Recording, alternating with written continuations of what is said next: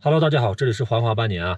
我们昨天看完珠峰以后，赶路下来，珠峰国家公园门口的这个停车场就停下来了，因为已经很晚了，就在这边露营的。我们今天准备去樟木镇啊，樟木镇是我们和尼泊尔的一个口岸城市啊。今天准备过去看一下子哈，250公里，大概需要4个多小时啊。然后现在是中午的12点，我估计今天一天就是赶路了。我们在这吃个饭啊。这边有一头自由闲逛的驴子啊，这边有个饺子馆。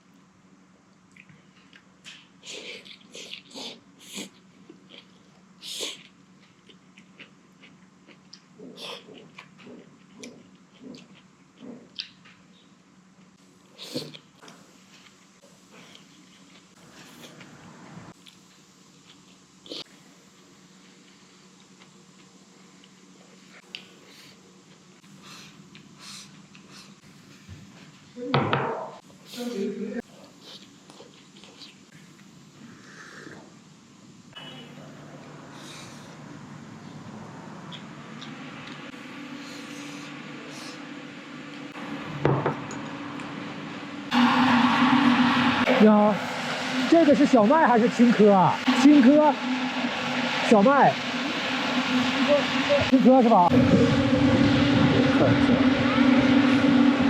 这边他们当地人在弄青稞啊，我以为是小麦呢，用这种紧便方法。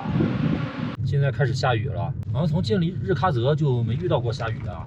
幸好昨天咱们晚上看了珠峰一眼啊，不然的话，今天应该算是赶上了尾巴。今天下雨应该是肯定看不到了，而且今天又是乌云满天，反正最后结果是好的吧。咱们在去樟木的路上啊，这边是52道班，看一下。这个道班顾名思义啊，就是道路养护啊，每隔一段就是有一个道班，日常巡路啊，就看路有没有问题啊。这边海拔是4800多米啊。他们就要长期驻扎在这儿啊！我们现在这个地方真的是前不着村后不着店啊！看这边的风有多大啊！看天上的云彩啊，这天上的云彩走得非常的快。今天来的这个樟木口岸啊，路上的车特别少，半天看不见一个车。我们刚才过了一个边境检查站啊，这边的大哥告诉我说，现在樟木口岸啊，如果不是出国的话，还不能去啊。现在好像是最近才开始恢复这个通关啊，只能到聂拉木县了，除非出国啊。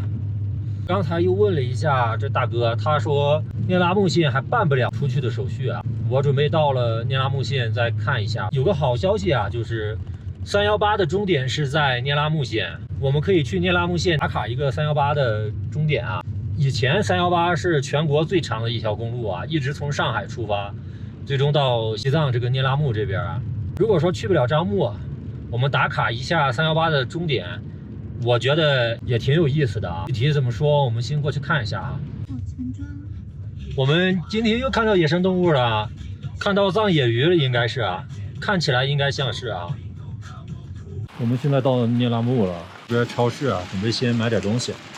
苹果是11是吧？11。这边西瓜多少钱？西瓜5块5。5块。我说这边现在去樟木是不是去不了？好像他们是有那个专门的旅游车，必须得旅游车才能去。坐旅游车就能去。对这旅游车是不是得出国才能坐？不知道哎，不知道是吧？刚才买了2样水果啊，香蕉买了6个，花了是12，1块钱一斤。苹果是11块钱一斤啊。看一下啊，这边就是必须得坐这边的车啊，才能去樟木口岸。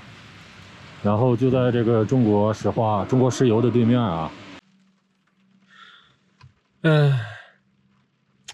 刚才我又了解了一下啊，这樟木口岸就只有说是出国的话，现在是恢复了，可以凭借相关证件，然后从聂拉木镇统一坐车啊，去樟木口岸。车现在是到了聂拉木镇之后，直接没办法到樟木口岸。樟木口岸是2015年的时候受尼泊尔的大地震影响啊，当时整个地方人员全部都撤走了，变成了一座空城。是因为那边现在配套设施都没有弄好，现在只是说初步恢复了通关的功能。那我们现在就准备去打卡318的终点站啊，也不算白来一趟啊。咱们雨中打卡一下318国道的终点啊，目前的终点啊，因为实际318的终点应该是到樟木口岸那边啊。逛一下聂拉木县啊，聂拉木县感觉还是挺发达的啊，挺繁华。真是波折的一天啊！刚才我打电话又问了一下啊，就是问了一下官方那边，他说不出境，然后去看，然后也是可以的。然后就去买一下他们那个车票啊，好像是80块钱还是100块钱啊，来回，然后就可以去口岸那边去看一下，但是可以不出关啊，需要边防证和护照。如果有这2个证件的话，让我明天早上去那个就刚才说的中国石油对面那个地方统一发车啊。这样的话，我就准备明天早上过去瞅一下子哈，反正我们今天晚上也要在这儿休息了。真是一波三折啊！如果能去的话，那真是太幸运了啊！因为自从15年的地震啊，到现在8年了，8年都没有修好，今年9月份才开始恢复这个人员的通关啊。如果说是我们能过去看一下樟木现在那边什么情况，我觉得也值了，没白跑一趟。今天就是这样了啊，拜拜。